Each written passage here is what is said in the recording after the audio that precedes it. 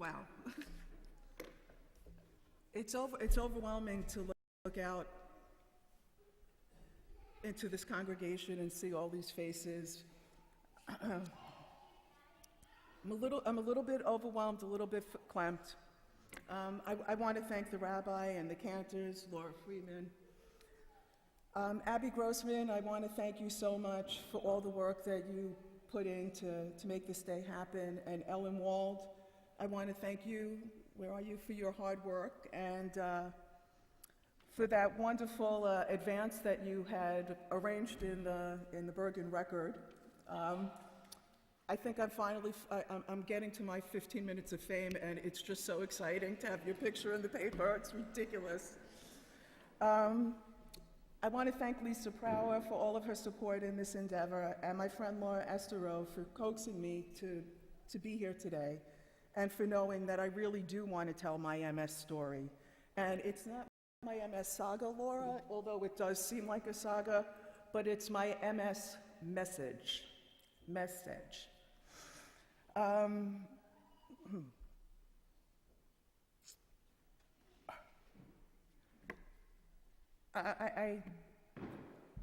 I didn't put on waterproof mascara this morning. That was just such a big mistake. Oh, they're huge.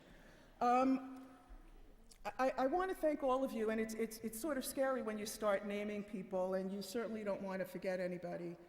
And I look out here, and I feel as if I can come and just hug and embrace each of you. I want to thank you all for always showing up for me. I want to thank you for the texts and the precious phone calls and the rooting section. I feel amazingly loved. I have that feeling in our congregation often, and I remember when I sat shiver at my home for my dad. One of my distant relatives described walking into my house and feeling as if she was surrounded by a giant hug. And that is how I feel right now. The best thing that happened is that my oldest friend from high school flew in from Florida and came to join me to support me, my friend Roxanne. And this morning I was sitting here and my dearest oldest friend, Teresa, my best friend from the 6th grade, my BFF from the 6th grade showed up. And then I see all my other BFFs here. It is really overwhelming. Roxanne's sleeping over, but the biggest and the greatest joy for today is that my mom slept over at my house last night, and she's here today to watch me give my first speech, my MS debut, Mom. Right? I want to acknowledge my husband, David, and our children, Alex, Samara, and Ethan. And I also want to acknowledge our very spicy rescue, our little terrier rescue, Sophia. I don't know where they are. I'm looking for my family. You live with me, and you live, there you are, Dave? You live with me, and you live with the challenges of MS every single day. I know that this disease presents so many challenges for you. It certainly is no picnic at times. You must know that you are my priority, you are my purpose, and you are my dreams realized.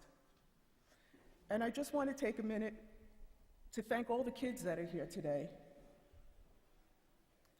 I cannot even thank you or let you know how grateful I am to see you here showing your support. Your constant support for me makes me feel so special. I hope that when you encounter other people in your lives, people who are living with MS, you'll think about me and you'll think about my MS message. It seems fitting to me that the first time I tell my MS story, I tell my message that I do it from this beamer. I've been on this beamer many, many times in the past 17 years. I've been a member of this temple for 17 years.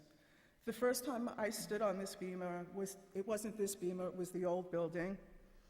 It was to name my beautiful daughter, Samara. That was 16 years ago. I have had the privilege to stand up here on the beamer for preschool and religious school ceremonies, Shabbat services, as an officer of the board, and as a mother who bore witness to her 3 children who were called to read from the Torah, and so many of yours. We spent a lot of time here at the temple, and we made our first friends here. We actually call each other family friends. And I experience this temple and this congregation as an extended family. The temple has been the core of my social and spiritual life, and we have always felt blessed to have landed in this community, and it has been a joy to raise our children and grow our family here. Our roots in Wyckoff extend very, very deep these days. We have found ourselves among many, many wonderful, caring neighbors, classmates, teammates, friends. Raising 3 children in a small town like Wyckoff guarantees that you're connected. And I certainly feel very connected. Ironic, because MS breaks connections. But I'm getting ahead of myself. It's a funny MS joke if you knew that. In telling my story, I give voice to this unique experience, what it is like to live with multiple sclerosis. And in every family and in every community, there are those in our midst who are living with chronic illness. And I am certain that I'm not the only one in this community living with MS or with any number of chronic illnesses. When a person in a family lives with MS, the entire family does. I want to put a face to MS. I want to do my part to raise awareness and to dispel some of the misconceptions. This is what I know. Multiple sclerosis is not entirely understood, and it's a very complicated disease. MS affects each individual differently. It is as unique as our fingerprints, as a snowflake. Beautiful metaphors. The cause of MS is unknown, making a cure elusive. Multiple sclerosis is chronic. It is progressive. It is unpredictable. It is a disease of the central nervous system. The central nervous system consists of optic nerves, the brain, the spinal cord. MS is thought to be an autoimmune disorder that affects the central nervous system. The nerve fibers, and I know that this gets very, very technical, but I really want people to know what it is.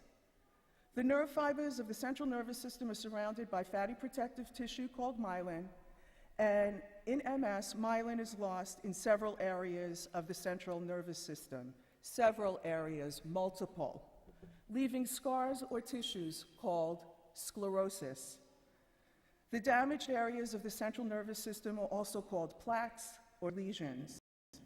I have always visualized MS as an electrical system, a circuit breaker, for example. You see all the wires, they're color-coded, they're covered with protective coating. The wires are red, they're blue.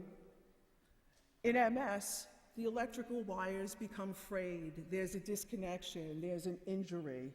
And for some reason, that protective coating breaks, the myelin erodes, and that causes that electric impulse to short circuit, so to speak. The injuries to the central nervous system then cause a myriad of symptoms that are visible and invisible.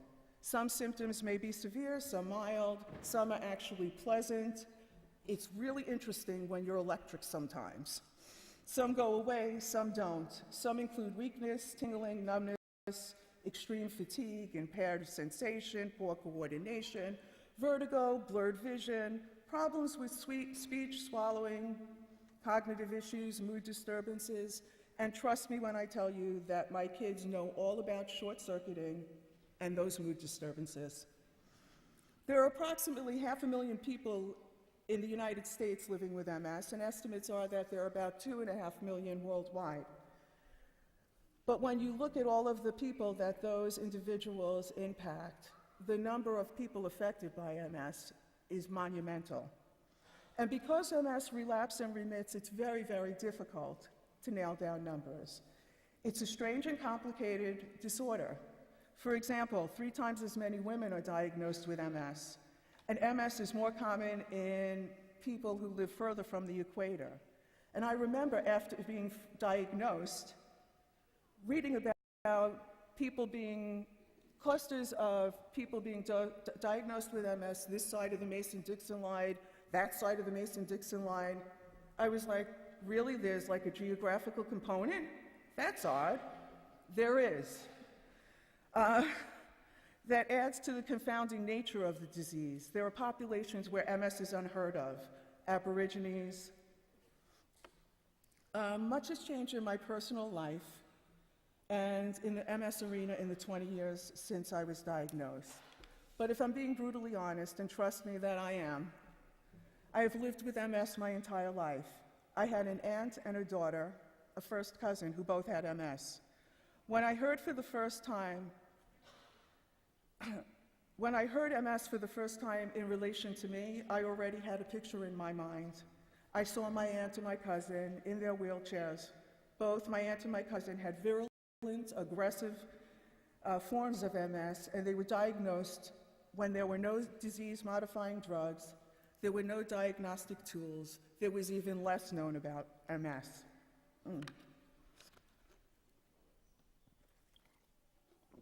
I realize that many of you have never heard my MS story, and it's kind of strange, it never comes up. Because symptoms relapse and remiss, MS can be invisible. People don't know, especially if you're guarded about sharing that information. When my symptoms became visible, there was a tipping point. When your body betrays you, your want for privacy, your want for protection is done. The gig is up. You are visibly different. You are identified, whether or not you like it. It is not that I feel I have a lot of explaining to do, but I do want for people to know what the reality of my life is, what my husband's life is, and what my children's life is like. My MS story begins when I was 30. I knew that 30 was going to be my year, and don't get nervous because I'm only 51, and there were lots of years where there was no problem whatsoever, goes quick. But at 30, I knew that it was going to be my year. I was living in a beautiful rent-controlled apartment in a pre-war building in Brooklyn, Manhattan Beach. I had enjoyed my fourth promotion as a hospital administrator in a teaching hospital in Brooklyn. I implemented the hospital's first Medicaid managed care program while successfully launching a family-based satellite clinic. To say that I was a type A personality when I worked would be such an understatement. It would be kind, but it wouldn't be true. When I began dating David Edelson, I was full of optimism, and I had a huge crush. Anyone who knows David knows that he is as far away from a type A personality as one could imagine. Right, Captain America? You okay there, dude? We are the kind of couple that is hard to square right away. But things just were static between us, and I had a crush, so did he, and we were married in September of 1995, September 9th, 1995. We decided to settle in New Jersey. We bought a house in Short Hills. We moved in. I was going to start looking for a job. We were working on the house. We were eager newlyweds, ready to begin our lives. I was going on job interviews. I was living an absolute dream. In fact, the last line of the vows that I said to David were, I look forward. Does anybody remember this? Because there were people at my wedding, and those vows were really good. They were good. But the last sentence of those vows were, to Dave, get to say them again. And I look forward to living each and every day of my life with you, happily ever after. Really. Anyone who remembers it knows that those are the words I said. It was like a fairy tale. The chaos of my crazy life working was over. I wasn't building my career. I didn't realize how burned out I was. I was newly married, crazy in love, about to reinvent myself, new act, next act, new job, career, kids, the works. Just weeks into my marriage, the week before our first Thanksgiving, we decided to begin to grow our family. So, we had discussed the family before we were married, and David said something about 6 kids. I said, we could really do 3 and a dog. I had never had a dog. I said, let's do 3 and a dog. So just weeks into our marriage, the first week before Thanksgiving, Dave and I decided to grow our family. So we set out to the Newark Humane Society and adopted a puppy. David hoodwinked me with that dog, my first dog. He told me that she wouldn't get big. Oh, no, she's not gonna be big. She's not a real German Shepherd. We're getting her from the pound. We were so excited, and we knew that it was vitally important that we carefully consider her name. And, after all, we were naming our firstborn, our first child, and over a couple of glasses of wine, it took hours to come up with a name. It just popped into my head. And I shouted it out. I said, Sage. David and I knew that that would be her name. And let me tell you, she really was. Sage was the most remarkable dog in the world, and I know that many of you remember her. And on the day that I was diagnosed, she was the first being that I was with. I was profoundly grateful that we had adopted Sage. From the moment of my diagnosis, I understood how important animals are in healing and in the service to the ill and infirmed. Sage was not my best friend. She was my doula, my mother's helper, my therapist, a genuine support. In fact, that is why I thought that I have an MS Sage. After Thanksgiving, my left foot felt strange, like I was walking on cotton. A few days later, my right foot. 2 days after that, my left hand. A day after that, my right hand. The sensations were really odd. It didn't hurt, but it felt really bizarre. I would have ignored it, we were new in the neighborhood. I had been painting. I was taking down wallpaper. I must have pinched a nerve. By early December, right after my 32nd birthday, I was on the phone with my cousin Randy when I pinched the palm of my left hand in the door of a built-in that I was hanging. I remember thinking to myself, this should really be hurting. This can't be good. I had a sinking feeling in my stomach as I watched my hand swell, and I actually witnessed the throbbing. Because David and I were interested in starting a family, we made an appointment with a doctor. I found a GP. She did extensive testing. She ruled out Lyme, Guillain-Barré, all of the MS imposters. I was referred to a neurologist, and my appointment was 11:30 on January 23rd, 1996, my new sister-in-law's birthday. The things you remember. I had never undergone any neurological testing before. Had I known, I would have worn sneakers. The neurologist had me jump up and down, hop from foot to foot, follow his finger. He tickled the bottom of my feet. He tapped my reflexes. He hooked me up to wires. He did evoke potentials. I was so proud of myself in the neurologist's office because I knew I passed. I was fit. I could jump. I could follow his finger. I was standing in the exam room in a patient robe when a doctor came in and said, "It walks like a duck and it quacks like a duck. I believe that you have MS. We'll schedule an MRI and take it from there." He kept talking. I saw his mouth moving, but I couldn't hear him. I was transported home on the Garden State Parkway by myself. I still, to this day, don't know how I got home. I remember feeling utterly alone until I returned home and was greeted by Sage. It took me what seemed an eternity to call David, and I finally spoke with Dave, and I said, "He thinks I have MS." Next thing I know, David and I are driving into New York City, and I'm in the MRI in the basement of NYU Langone. Ordered by the big shot MS neurologist, Dr. Goodgold, I spent an entire 3 hours in that MRI machine. David held my numb toe as tears streamed down my face. It was in that MRI machine that very evening that I began to edit the story of my life. The frailty of life is ever present, but we forget. I never thought, why me? I was convinced from the very onset that there was a lesson to be learned. My focus became faith, family, and friends. MS caused me to take stock, to quickly learn what my priorities were and what is really, really important. We had the conversation, David and I. It's still really new. No harm, no foul. We could end it now. We will have never been married. There's the door. This is big. The die was cast.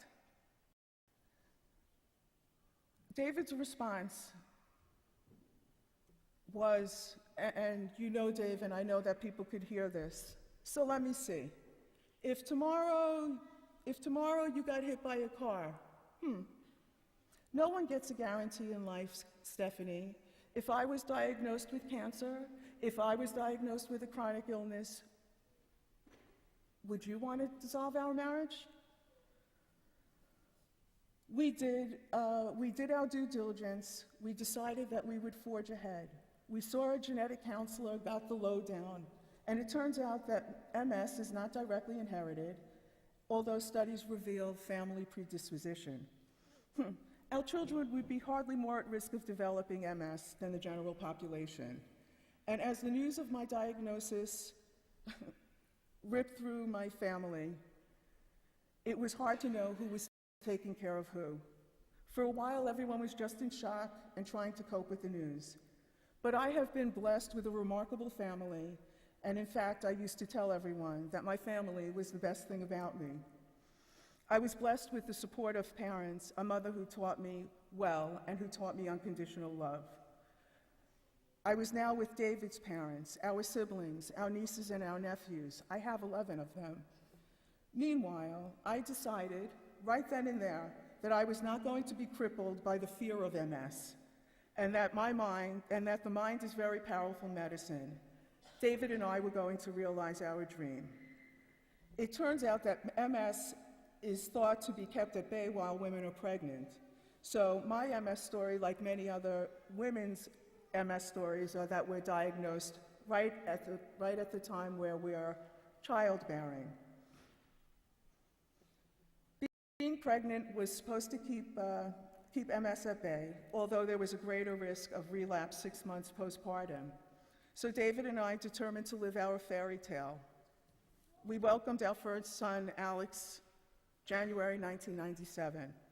In 1998, we moved into Wyckoff. Alex wasn't even 2, and I was pregnant with Samara, who was born April 18th, 1999. And then the icing on the cake, the realization of our family dream. We had 2 healthy kids. We had MS. We thought, why tempt fate? Why tempt fate? That third child was the fulfillment of the dream of our family. And Ethan was born 3 months before 9/11 on June 4th, 2001, a time that reminded all of us how precious and frail life was. So when I was diagnosed, I intuitively knew that I needed to craft a safety net. There was one disease-modifying drug approved by the FDA for the treatment of relapsing remitting MS. Now, 20 years later, there are 12 drugs approved, thank you, Dr. Picone, approved to delay the onset of MS and frequency of attacks. There are many other drugs in the pipeline.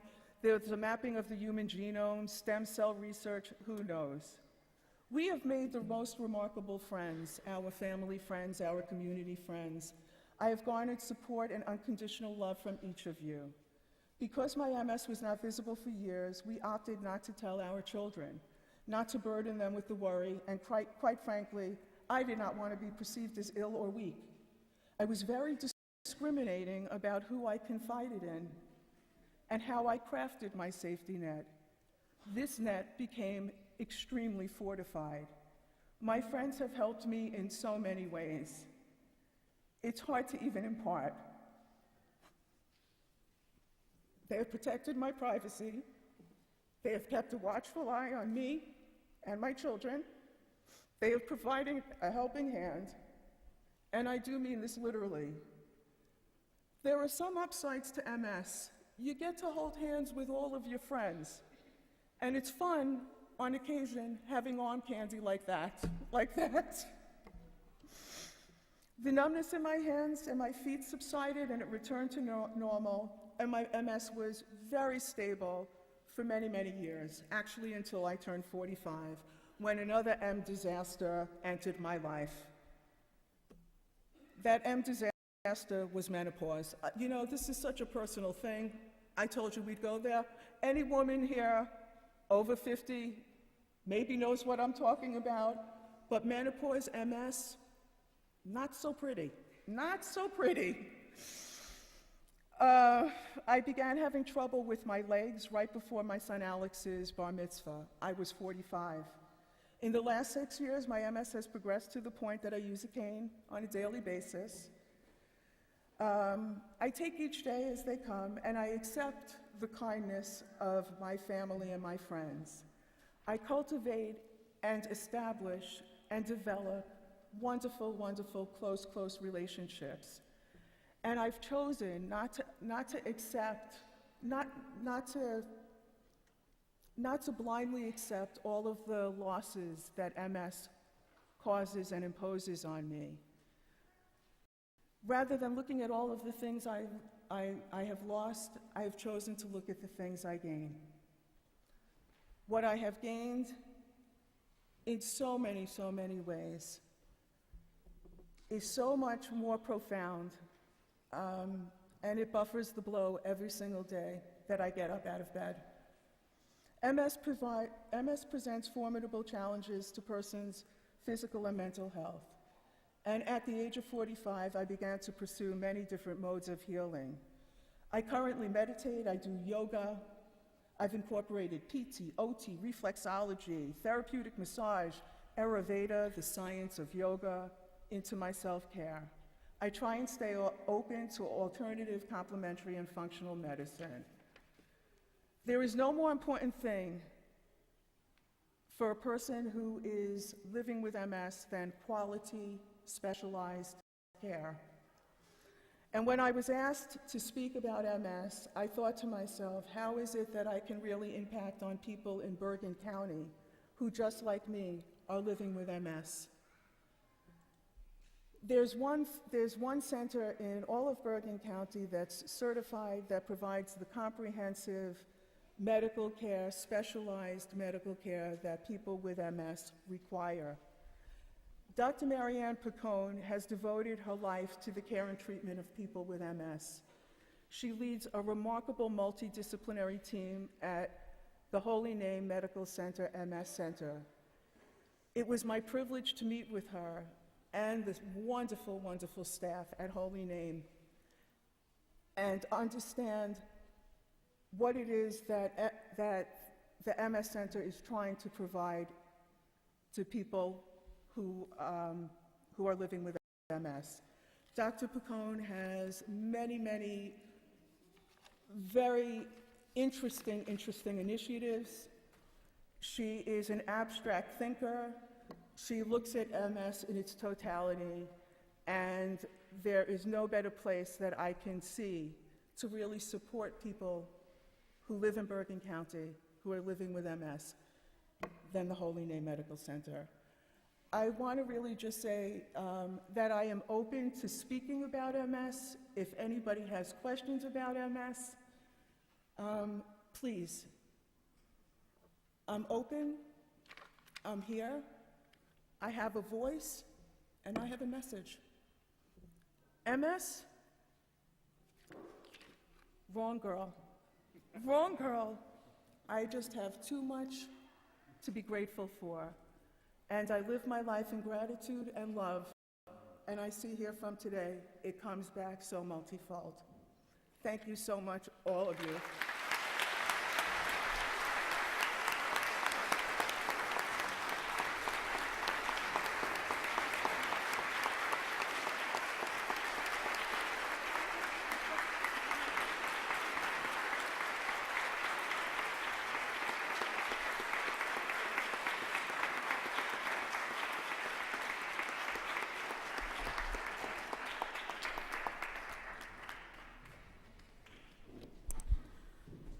Wow.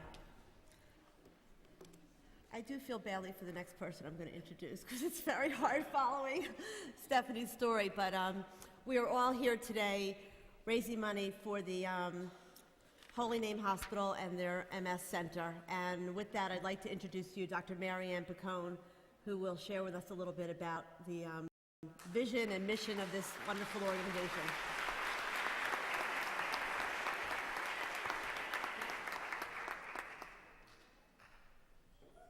Well, definitely, I cannot, very hard to follow Stephanie's story. She's such an amazing person, and I, from the bottom of my heart, want to thank her and everyone here in the congregation for doing this Mitzvah Day for the MS Center at Holy Name. And what was mentioned before about wondering whether events like this make a difference, they make a huge difference. And monies raised from this event will definitely go to help support some of our services. You know, there's so many things that we want to do, and this will be a huge help. I want to say that multiple sclerosis is definitely can be a challenging, a devastating thing to hear, as Stephanie had mentioned when she first heard that she had MS. But what I try to always tell patients is that you may have MS, but MS does not have you. And our goal from the very beginning, when the MS Center was first started 30 years ago, it's hard to believe it's been there for 30 years, is to provide a place where patients with multiple sclerosis can come to get the best in not only medical care, but psychosocial care, physical therapy, occupational therapy, clinical research that will help to support them and their entire family. Because MS doesn't just affect the person who has MS, but as you heard from Stephanie's story, affects everyone, affects the family, friends, everyone's involved in the disease. And it takes a team of people to help treat patients with multiple sclerosis. And that's what we try to provide at the MS Center. Not only neurological support, but psychosocial support. We were able to get a social worker recently. We have an excellent group of nurses that are there to help take care of patients with MS. And again, monies from this event will help us get a nutritionist, will help us get other needed services to help patients. So I want to thank all of you again, to thank Stephanie so much, and all of you for doing this. And again, thank you.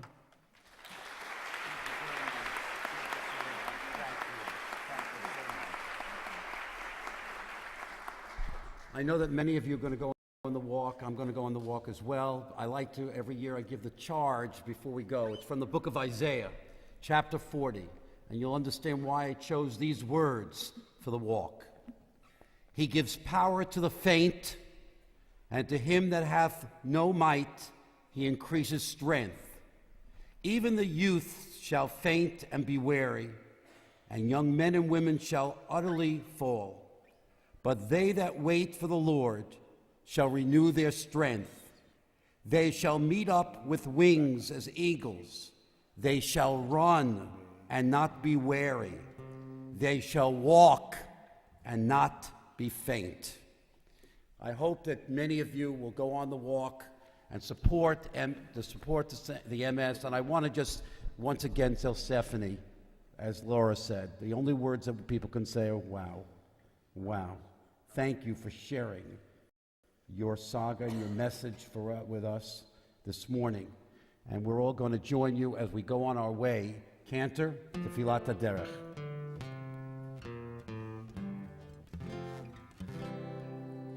May we be blessed as we go on our way.